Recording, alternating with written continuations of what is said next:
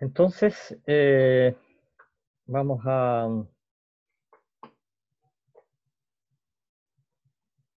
avanzar hasta el sistema trigeminal. El sistema trigeminal da cuenta del quinto par craneano, ¿ya? Es decir, toda la información, en este caso sensitiva, que está transmitiendo el trigémino desde los 2/3 anteriores de la cabeza.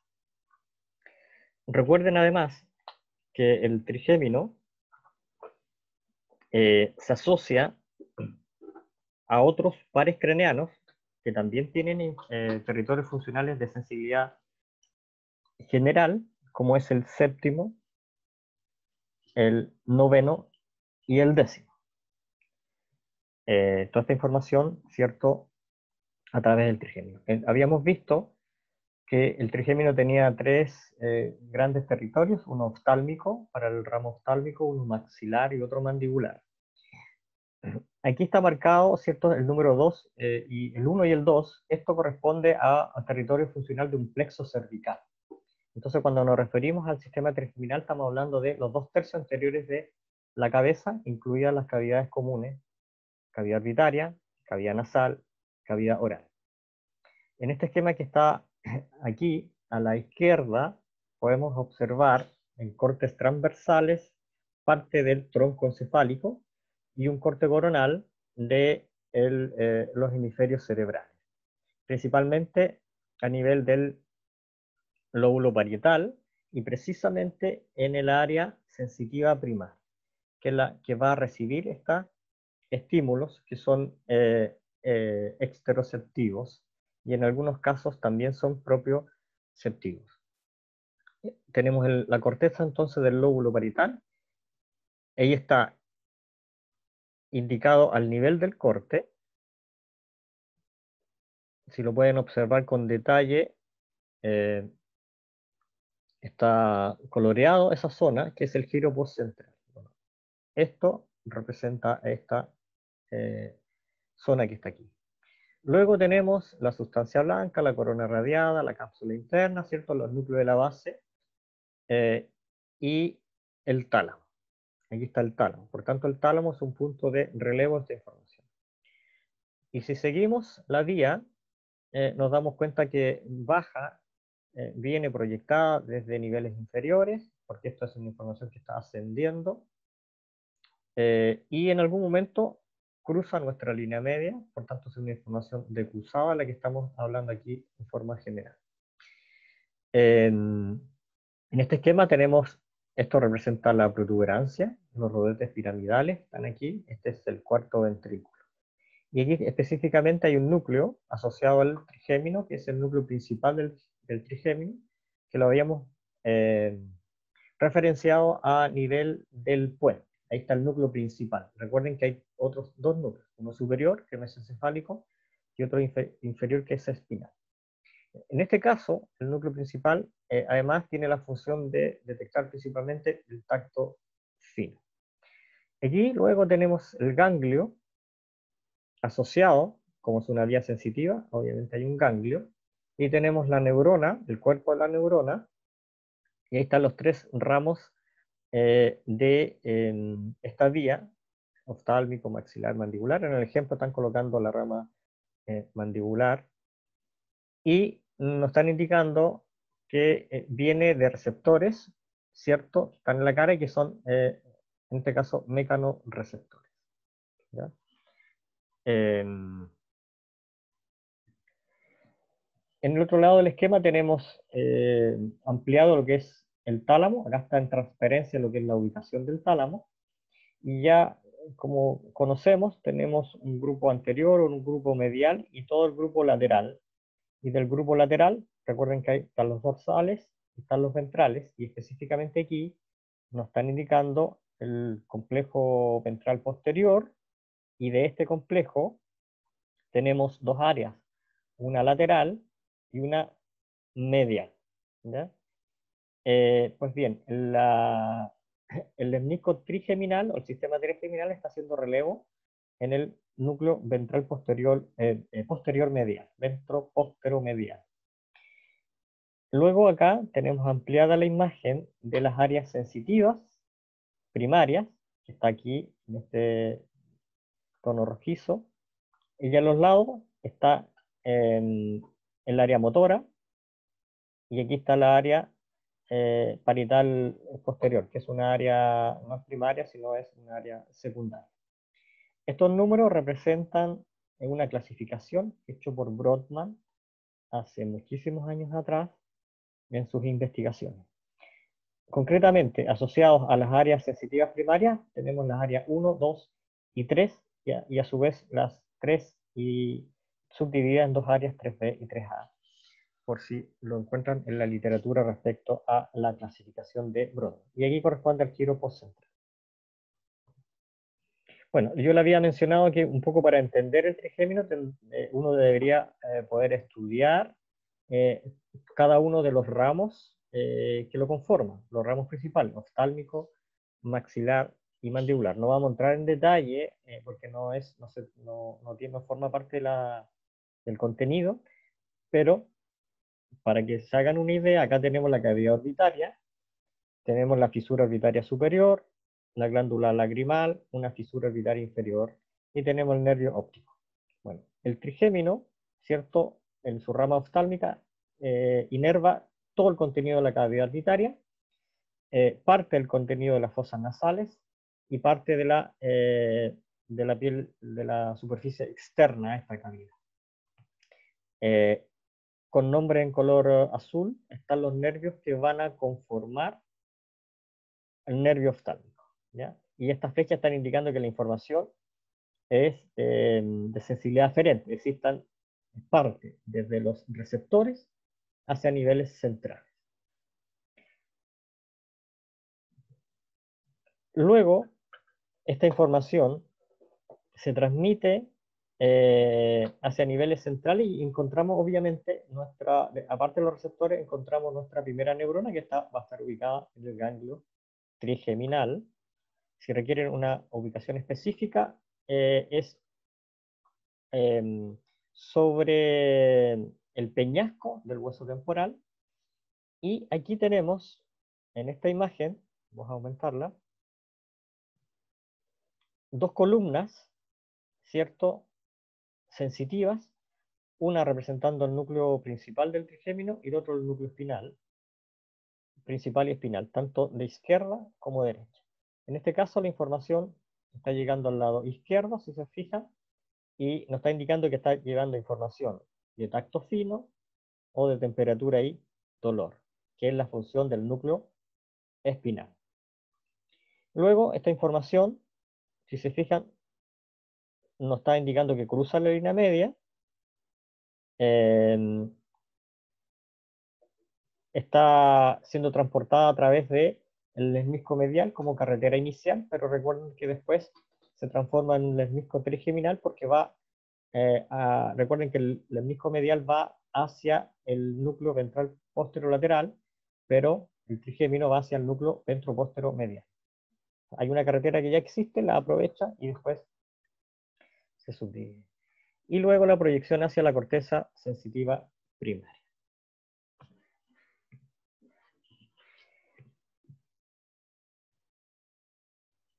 Tenemos el segundo ramo, que es el ramo maxilar, y aquí está el territorio funcional, por tanto, de todos estos nervios que lo conforman, nervio cigomático, infraorbitario, pterigo-palatinos, alveolares superiores, asociados a sus receptores, están transmitiendo la información a niveles centrales. También la primera neurona está ubicada en el ganglio, y esto es lo mismo, con otro un poquito más de detalle, y bueno, y luego la información va también, en este caso, vamos a obviar esta línea que está acá arriba, vamos a quedarnos con esta que está acá abajo, porque estamos hablando del ramo maxilar, y el ramo maxilar, junto con el oftálmico, son exclusivamente sensitivos, ¿ya?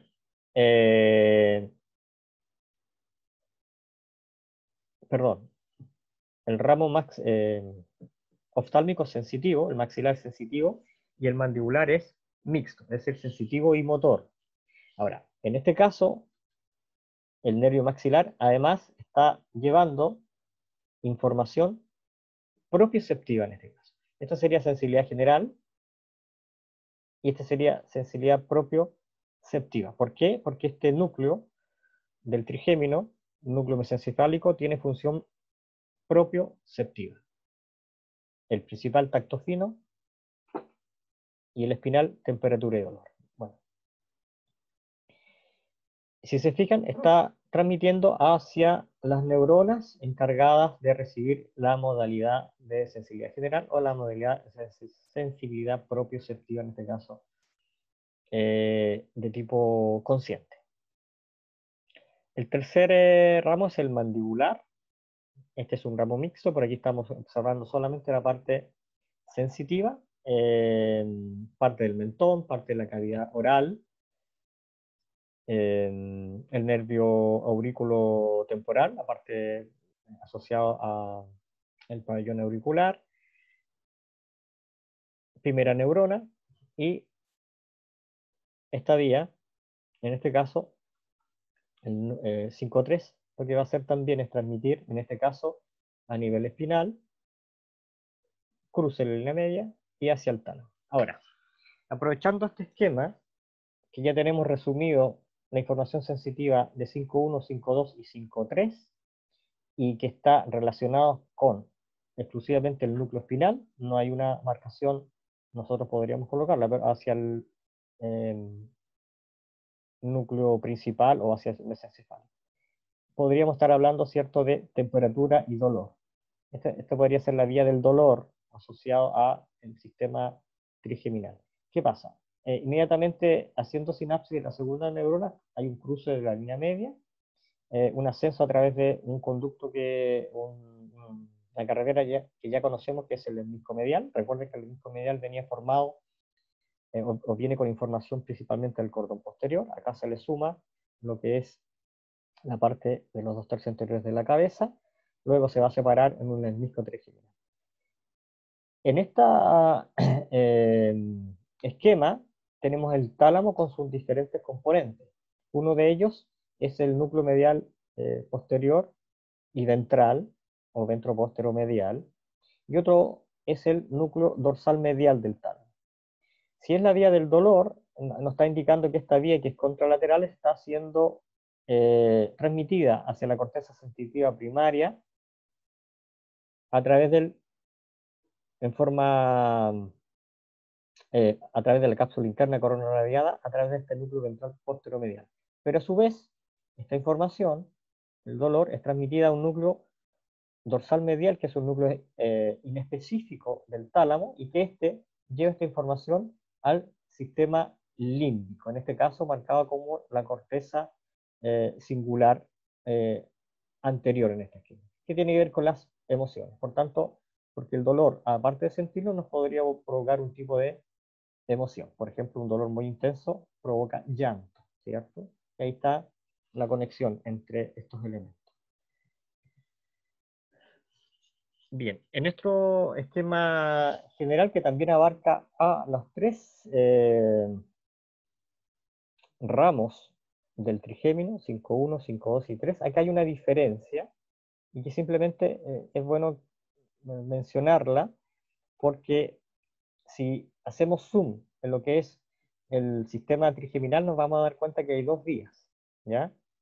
Y están marcadas con diferentes tonos aquí. Una es esta, que se conoce como la vía sistema trigeminal ventral, y esta que es dorsal. Aquí aparece en el esquema tracto trigémino talámico dorsal, y acá aparece en el esquema lemnisco medial. Si estamos hablando del sistema trigeminal, podemos mencionarlo, y lo podrían encontrar ustedes en la literatura, como tracto trigémino talámico ventral, a este que está aquí. ¿Por qué esa diferencia? Porque una información es contralateral, pero otra información es ipsilateral. Y si recuerdan, desde la información de la vía del gusto, habíamos dicho que era ipsilateral. Esta información, que es ipsilateral, aquí en este esquema, corresponde a toda la información que viene de la cavidad oral. Es decir, de los 2/3 anteriores de la cabeza, información sensitiva de la cavidad oral asciende en forma ipsilateral, sumado o incluido la sensibilidad especial del gusto. Y por ese motivo se subdividen dos tractos, ambos trigeminales, talámicos, uno dorsal y otro ventral. Al ventral lo van a encontrar también con el nombre del hemisco medial, porque aprovecha esa carretera. Y bueno, y si hacemos un zoom en el núcleo principal, que está aquí, ahí tenemos los dos subnúcleos. Uno, una porción dorso-medial, medial porque esto es medial y esto es lateral, y dorsal porque esto es ventral y eso es dorsal. Por tanto, la ubicación nos indica que es dorso-medial. En cambio, la ubicación es ventro-lateral. Bien. Entonces, el sistema trigeminal en sí, cuando va ascendiendo, tiene dos caminos. Uno ipsilateral y otro contralateral. Si el camino es ipsilateral, la información viene de la cavidad oral.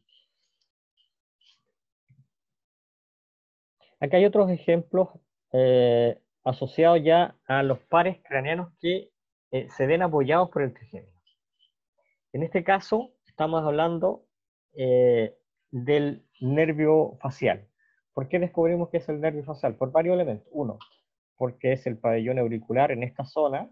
Ahí está levemente marcado un tono medio grisáceo que está ahí. Y hay otro elemento que lo diferencia, que es el ganglio geniculado. En este caso no es el ganglio trigeminal, por tanto, toda esta información viene desde el facial, compartida con estos núcleos principales y espinal. Y bueno, y después sigue la misma carretera hacia niveles superiores. Entonces, si hacemos un zoom a estas estructuras que están aquí, tenemos nuestra protuberancia, ¿cierto? El tegmento de la protuberancia, y encontramos una serie de núcleos asociados a los pares craneanos. En este caso, tenemos aquí completo el nervio facial y con su componente sensitivo. ¿Y cuáles son los componentes sensitivos? Con los que tienen la flecha hacia nivel central. Esto es sensitivo, esto es motor o eferente. Si seguimos esta vía, ¿cierto? Está hablando de otro núcleo que es el núcleo del solitario. Entonces podríamos hablar de que esta es la vía de la sensibilidad especial del facial. Y esta vía que está aquí, en la que nos interesa, si se fijan, tiene dos divisiones. Una hacia el núcleo principal, tacto fino, y hacia el núcleo espinal, temperatura y dolor. Entonces, la sensibilidad general asociada a temperatura, dolor, tacto fino del facial es llevada hacia los núcleos sensitivos del trigémino. Y de ahí asciende hacia niveles centrales. ¿Ya? Aquí está la información a niveles centrales. No vamos a describir porque esto es lo mismo que el sistema trigeminal. Luego tenemos otro par craneano que también ocupa estos núcleos principal y espinal, y que es el glosofaringeo. ¿Ya? Aquí tenemos completo el círculo del glosofaringeo. Buscamos la información sensitiva. Tenemos tres tipos de información sensitiva asociada al glosofaringeo. Una en color verde, ya dijimos que era del gusto.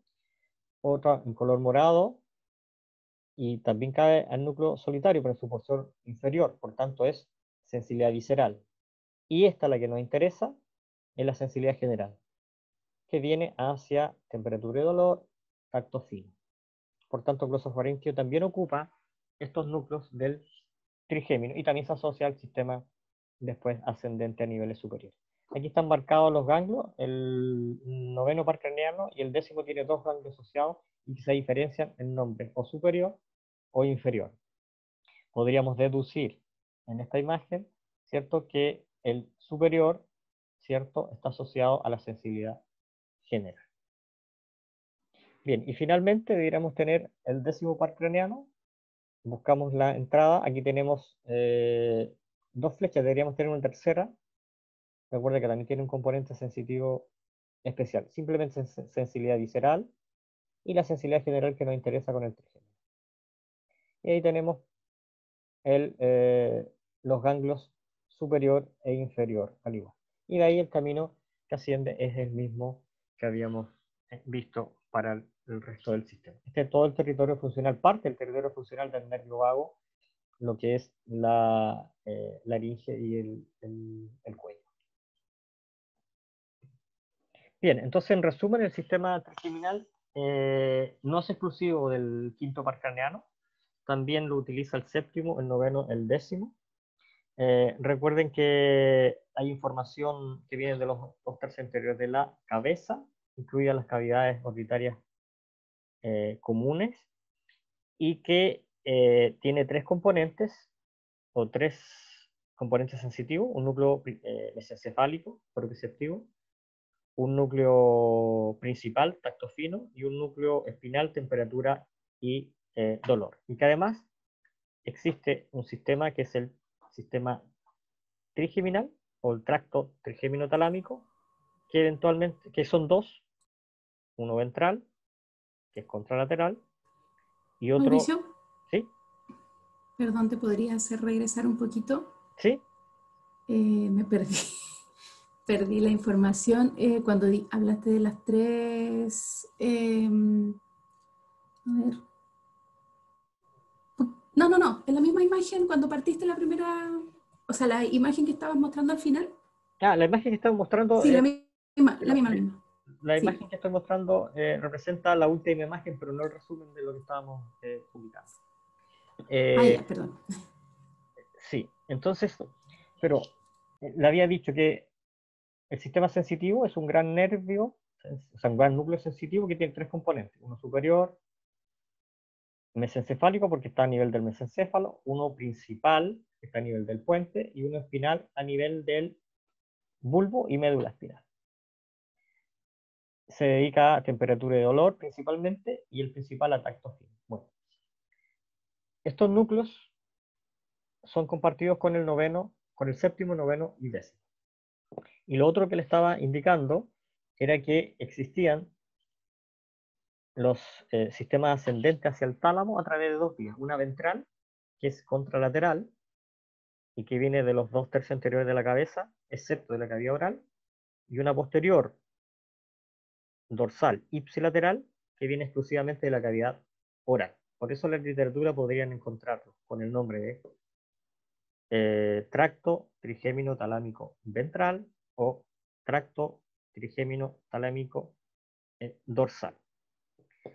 No confundirse con que en algunos autores también mencionan al ventral como lesmisco medial, que ya lo conocemos. Eso alcanza. Bien, ahora vamos a ver otra vía aferente, que es la vía visual. Y en este caso, ustedes ya vieron parte, o los que pudieron eh, revisar la clase de la profesora Martín, vieron receptores, vieron generalidades de la vía. Nosotros vamos a hablar de la anatomía digestiva y un poco funcional. Un alcance para obtener acceso a las clases. Ahora tienen que enviarme una solicitud, ¿ya? Y si no me equivoco, recibo solamente 2 de todo el curso. Eso. Profe, respecto a ese punto, una compañera acaba de informar que ella pidió acceso a la clase de la semana pasada, pero no le sirvió Al el día de link, hoy, no pudo acceder. que me envíe un correo. O sea, el acceso tiene que ser a través de un Gmail, ¿sí? Un correo Gmail. No funciona con el correo de la UACH, ¿ya? Y esto es para salvaguardar las situaciones de inestabilidad que ha tenido el sistema asociado a la empresa que trabaja con la universidad. La solicitud tiene que hacerse a través de un correo Gmail. ¿Sí? Para que puedan acceder al Drive a ver la clase grabada. Mauricio, una pregunta. ¿Solamente Gmail o puede ser Hotmail o cualquier otro? Tengo entendido que Gmail, la verdad tendréis que intentarlo con otro sistema, pero no desconozco, o sea, desconozco si los otros funcionan. Yo sé que el de la Watch no funcionaría, no funciona.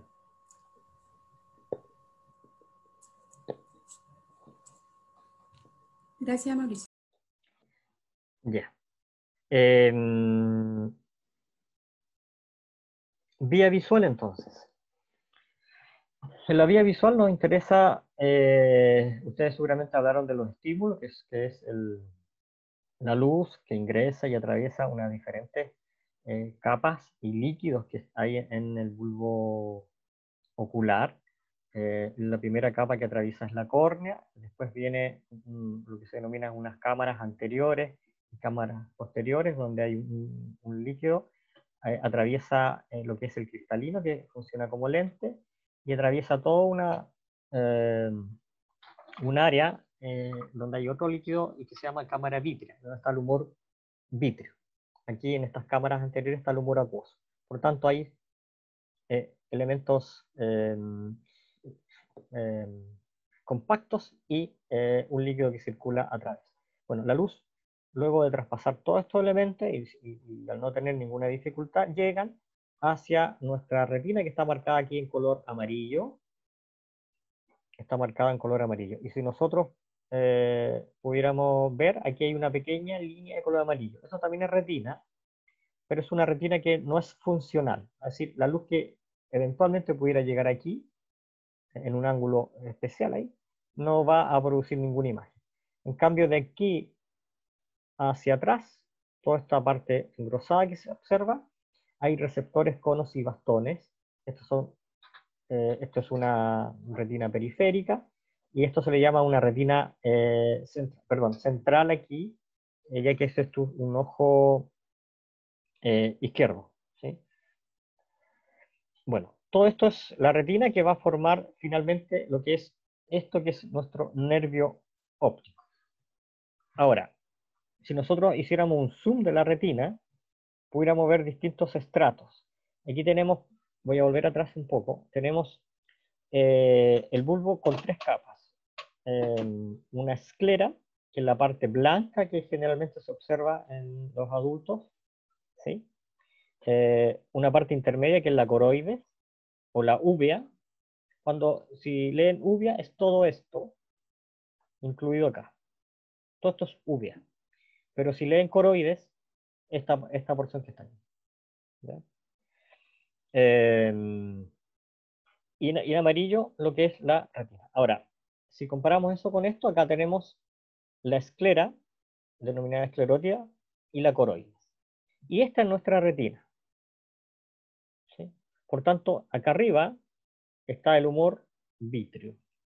¿Sí? Y está el humor vítreo. La retina tiene 10 capas, 10 estratos, ¿cierto? De un estrato pigmentario hasta un estrato denominada capa limitante interna. Bueno, al epitelio pigmentario le siguen los fotorreceptores, es decir, conos y bastones, una capa limitante externa, una capa nuclear externa, que en realidad estos núcleos son los núcleos de los conos y bastones, una capa plexiforme externa, una segunda capa, capa nuclear interna, y que corresponde a las células bipolares. Ustedes tienen que haber revisado esa clase de la profesora Martin, en donde esta era una neurona de estadia. Hay autores que consideran a los conos y bastones como primera neurona de estadia, y hay otros autores que consideran a las células bipolares, cuyos núcleos están en la capa nuclear interna, como primera neurona. Nosotros nos vamos a quedar con esta última opción, es decir, estos son nuestros receptores y esta es nuestra primera neurona, la célula bipolar. Luego viene una capa plexiforme interna y una capa ganglionar donde están las células ganglionares, es decir, la segunda neurona de estadia, y posterior una capa de fibras nerviosas, que son los axones de las células ganglionares, que van a conformar el nervio óptico, y una capa limitante interna, antes de llegar a la coroides. Ahora, esto es toda la retina, pero la posición normal es esta. Sí, yo le puse ahí para que pudiéramos ver el escrito, pero esa es la posición. Es decir, aquí está el humor, perdón, delante le dije que el humor acuoso estaba acá, en realidad está acá. Y si lo damos vuelta, el humor acuoso está aquí. Entonces vemos la córnea, la cámara anterior, cámara posterior, el cristalino, el rayo sigue por el humor vítreo, viene y choca aquí en esta epitelio pigmentario, y una vez que choca se devuelve, y esa luz es captada por los conos y bastones. Y luego la información se va hacia la segunda neurona, hacia la tercera y luego hacia el nervio óptico. Si nosotros viéramos el fondo de esto, le sacáramos una foto a este sector, nos vamos a encontrar con este elemento que está aquí. Una posición donde está el nervio óptico, llamado disco óptico, o punto ciego de la retina, porque aquí no hay conos ni bastones. Una región denominada mácula, y dentro de la mácula un punto que es la fovea. La mácula y la fovea representan el lugar de mejor visión, ¿ya? Mejor visión. Este es punto ciego, por tanto, si la luz cae aquí no se genera imagen, pero aquí se genera la mejor imagen, con la más detalle. Y esto es retina periférica. Algunos autores lo van a encontrar que van a hablar de retina temporal, retina nasal, y es simplemente hacer una línea, aquí, una cruz, y nos va a separar un área superior, le vamos a llamar hemiretina superior, todo lo que queda abajo es mi retina inferior.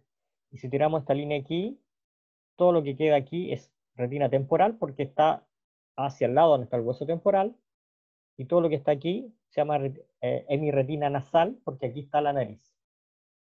Por tanto, esto es un fondo de ojo, un esquema fondo de ojo de un ojo derecho. Y estas líneas rojas representan la irrigación, ¿ya? Las arterias que están saliendo. Bueno, y aquí anatómicamente, si esto es temporal, serán las arterias temporales, ¿cierto? En este caso, arterias y venas temporales superiores, temporales inferiores, nasales superiores, nasales inferiores. Eso respecto a la anatomía. Luego tenemos la retina y ahí entre medio una capa que es la coroides y finalmente la esclera. Esto es un fondo de ojo. Esto es lo que observa un oftalmólogo en una persona cuando lo mira a través de un oftalmoscopio, ¿ya? Muchas personas adultas se hacen fondos de ojos, los que son diabéticos, porque una de las alteraciones de la diabetes es alterar, ¿cierto?, la visión. Bien, aquí tenemos el esquema general de todo lo que es la vía visual.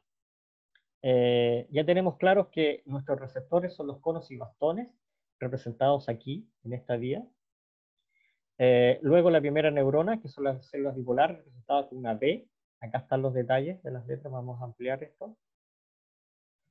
Estos son conos y bastones, ¿cierto? La C de cono y R de bastones, que está en inglés. Tenemos en color rojo B, células bipolares, primera neurona. Y en G, la segunda neurona. Células bipolares, células ganglionares, receptores. Por tanto, la vía tiene ese trayecto. Y aquí se formaría el nervio espinal. Esto que está aquí es lo mismo que esto que está acá. Acá hay una diferencia, si se fijan, coroides, esta es la capa intermedia, y todo esto es retina periférica. Y todo esto es la mácula. ¿Sí? Recuerden que la mácula, en donde está la fovea, es el lugar de mejor visión. Y podríamos deducir que es mejor visión porque, si fijan, solamente hay conos y no hay bastones. Los conos tienen que ver con la visión en penumbra, ¿ya? Entonces los conos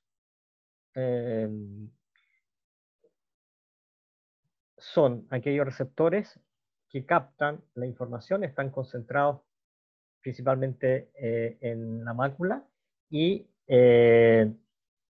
representan la mejor imagen que podemos nosotros observar. Y están ubicados en la mácula y dentro de la mácula en un punto central que se llama fovea.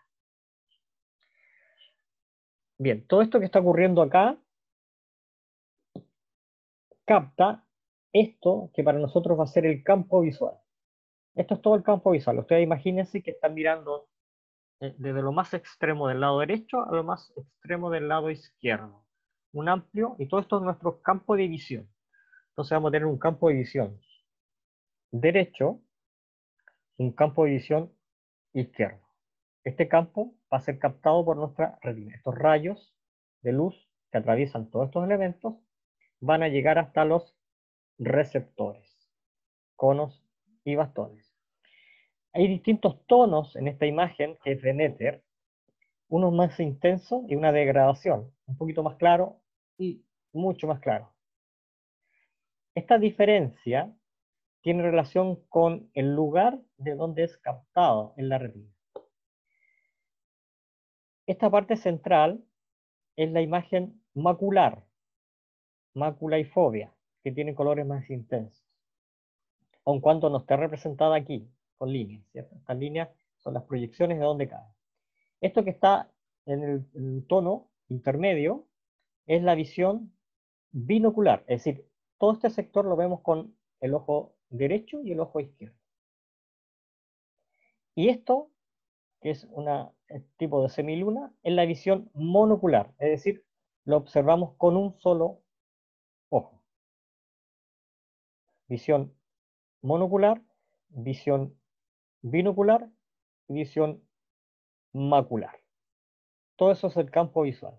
Ahora, si se fijan, estos colores que están aquí están representados acá, acá y acá. Aquí nos pasó un fenómeno. Es decir, esta imagen que está aquí, que si bien aparece en la retina acá, luego se nos cambia de posición y se ve representado en el hemisferio contralateral a este campo. Es decir, que esta información por alguna forma, en algún momento está cruzando la línea media. Estos colores que están acá, si se fijan, están representados en el hemisferio contrario. Si esto es derecho, esto es hemisferio izquierdo, y si esto es izquierdo, esto es hemisferio derecho. Bien. Luego nosotros habíamos hablado que teníamos dos retinas. O sea, si la dividimos por la mitad, teníamos una retina nasal, porque acá está la nariz, y una retina temporal, porque acá está el hueso temporal. La retina nasal, los axones de la retina nasal, si hacemos un seguimiento, cruzan la línea media a través de un elemento que se llama quiasma óptico. Y si seguimos esta línea, va a llegar hacia el hemisferio contrario. En cambio, la información de la hemirretina temporal, recuerden, temporal, nasal, nasal, temporal, no cruza la línea media, es decir, es una información ipsilateral. Por tanto, un nervio óptico tiene información de un ojo. En el quiasma óptico se produce el cruce de la información de las hemirretinas nasales, y esto que le sigue el nervio óptico después del quiasma óptico es el tracto óptico, tendrá información de ambos ojos, derecho e izquierdo, una mezcla. Si miramos esto y seguimos esta línea, esta parte de la información, es decir, campo visual izquierdo, aquí, se proyecta en el ojo derecho, campo visual izquierdo, aquí, se presenta en el ojo derecho, y se presenta la hemirretina temporal. Si seguimos esta línea, va hacia el hemisferio derecho. Esta parte que está acá, se representa en el ojo izquierdo, es decir, este sector del campo visual izquierdo cae en el sector izquierdo, pero a diferencia de esto, cae en la hemirretina nasal izquierda. Y esta hemirretina nasal izquierda cruza la línea media. Por tanto, esto que llegó al lado derecho y ipsilateral, esto que llegó al lado izquierdo, al cruzarse, se forma contralateral y por ese motivo se forma esta imagen de este color acá.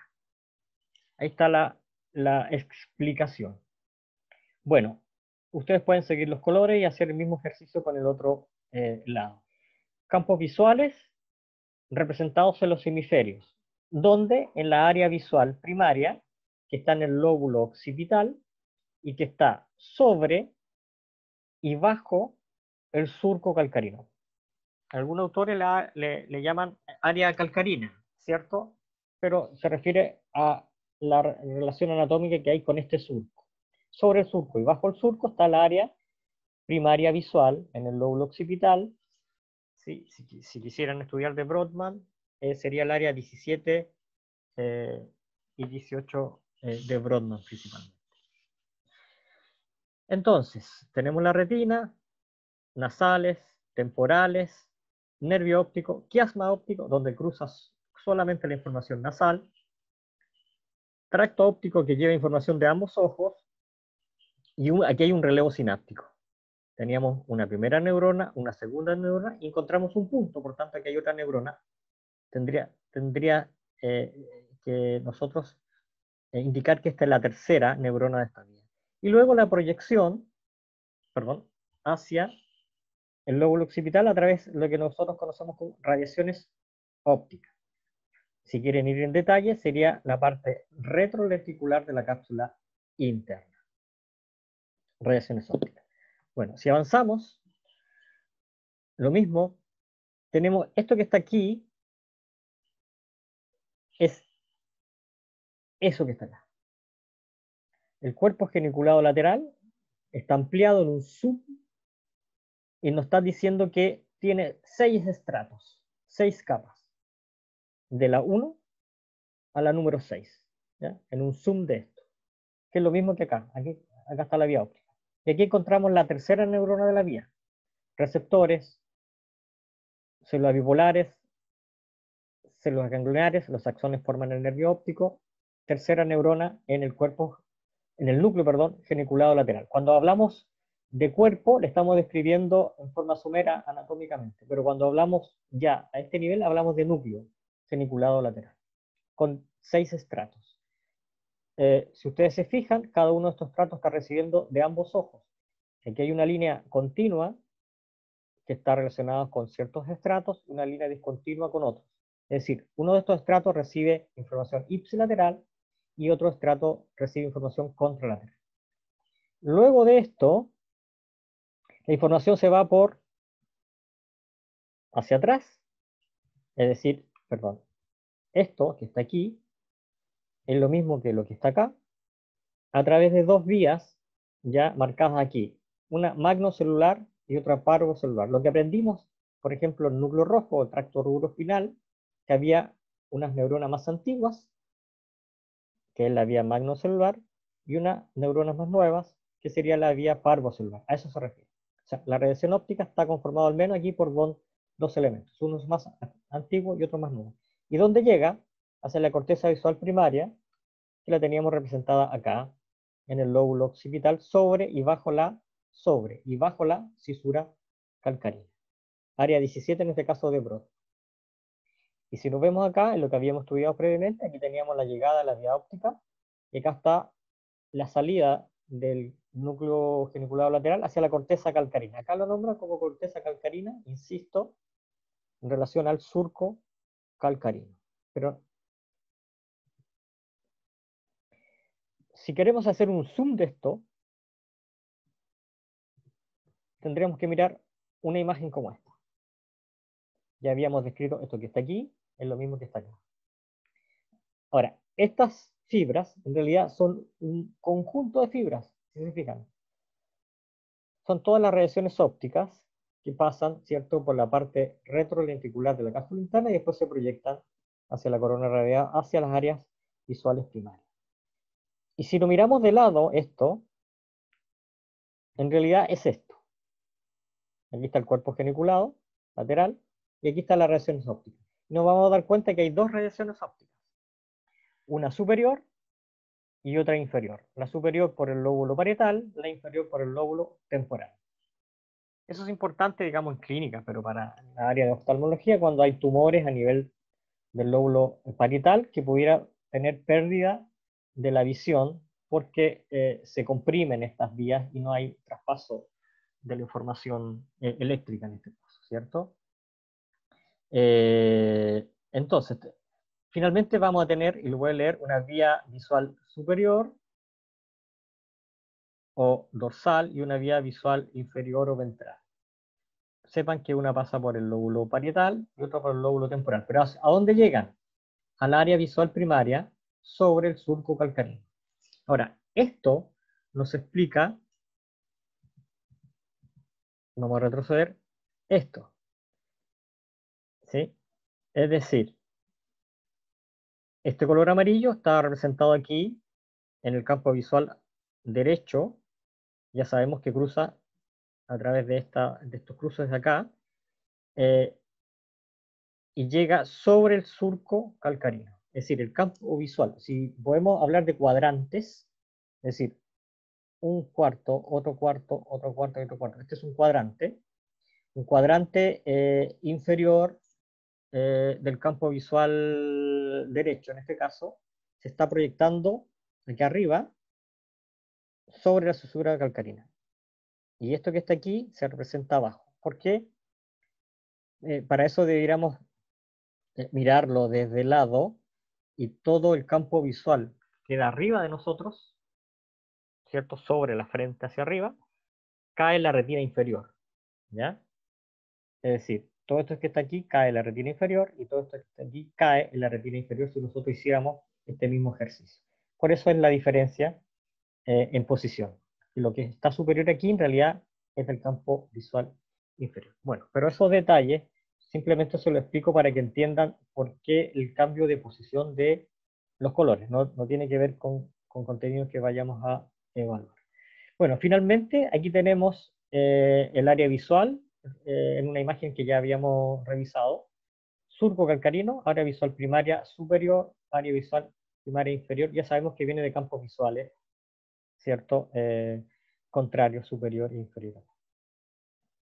Si ampliamos la imagen y nos damos, este es el campo visual, el área macular, área binocular, área monocular, está representada aquí atrás en una especie de organización retinotópica.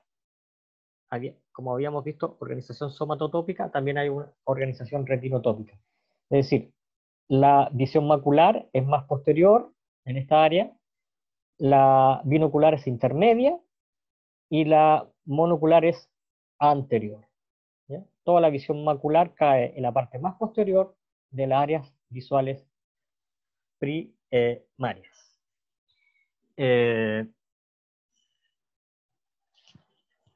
Bien, nos quedan un par de minutos para cerrar la primera actividad. Lo otro es conocer un poco de la vía pupilar. ¿Qué es lo que es la vía pupilar? Son aquellos elementos que van a controlar la apertura de la pupila, el diámetro de la pupila. ¿Sí? Ustedes saben que si uno ilumina una pupila con una linterna se va a contraer, se va a achicar. Si yo estoy en un lugar oscuro, esta pupila se va a agrandar. ¿Y para qué se agranda? Para que entre más luz. ¿Y para qué se achica? Para tener una mejor visión, en términos simples.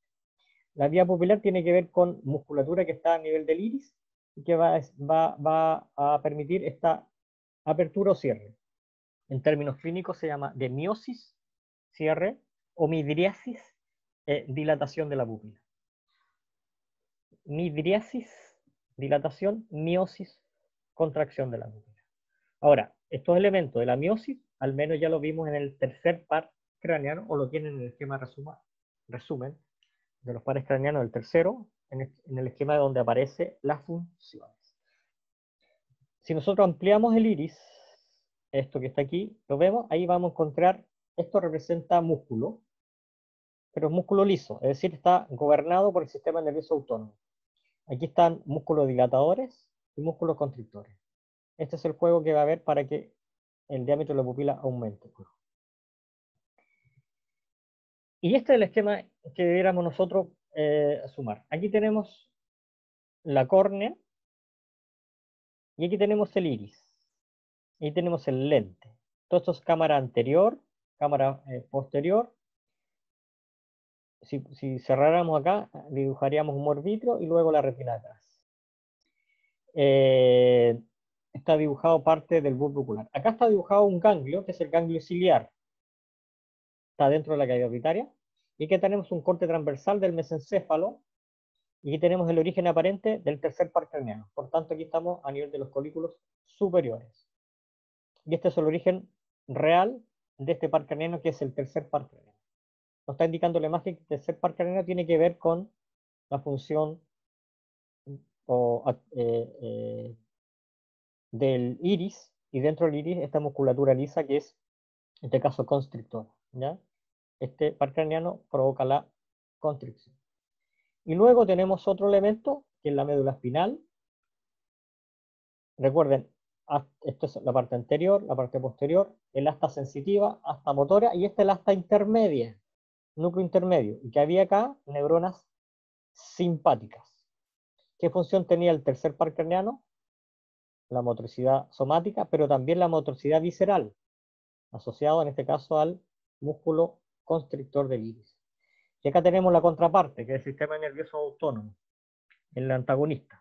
Por tanto, este debiera estar inervando la musculatura que va a producir la dilatación o apertura de la pupila.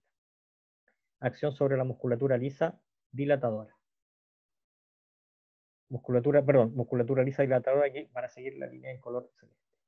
Entonces, el sistema nervioso autónomo tiene relación con la vía pupilar, que tiene una acción sobre el iris, específicamente los músculos que son dilatadores, aumentan el diámetro, o constrictores, disminuyen el diámetro. Miosis o midriasis. ¿Ya? ¿Quiénes actúan? Tercer par craneano, produciendo la miosis. Neuronas del núcleo intermedio lateral de la sustancia gris de la médula espinal, simpáticas, que producen la dilatación. El camino es más corto para uno y más largo para otro. Más corto para el tercer par craneano. Estas líneas discontinuas representan, esto representa el núcleo motor visceral. Esta es la vía preganglionar, porque aquí hay un ganglio. Todo esto es preganglionar y todo esto que será postganglionar. Por tanto, esta vía se comporta con dos elementos: post y preganglionar, sinapsis en el ganglio. Para esto también tenemos que ubicar una vía pre y postganglionar. Veamos primero la preganglionar. Aquí tenemos raíz anterior, un ganglio, no hay sinapsis, otro ganglio a nivel del cuello, otro ganglio a nivel del cuello. Aquí hay una sinapsis. Por tanto, todo esto es la vía preganglionar simpática, y esta es la vía postganglionar parasimpática. Ahora, el camino es más largo. Esto está en el cuello. Tiene que entrar nuevamente al cráneo. Se aprovecha de la carótida interna, lo abraza, lo sigue, y después se aprovecha del trigémino. Este es el trigémino nervio oftálmico. ¿Por qué? Porque él va hacia la cavidad orbitaria. Pasa por el ganglio, pero ya no hace sinapsis porque ya la hizo acá, y luego al músculo dilatador. Este es el juego de la vía pupilar a través del sistema nervioso parasimpático, tercer par craneano, y sistema nervioso simpático a través del núcleo intermedio lateral. Todo esto, ambos, ustedes tienen que integrarlo con la regulación que hace el hipotálamo. Recuerden, dentro del encéfalo y el hipotálamo había dos núcleos. Uno parasimpático y un núcleo simpático. Estos núcleos del diencéfalo y del hipotálamo regulan la acción del tercero parasimpático y la acción del núcleo intermedio lateral. Bien, haríamos un break de 10 minutos para hablar de la vía vestibular y algo de la vía auditiva. Volvemos a ver entonces en 10 minutos.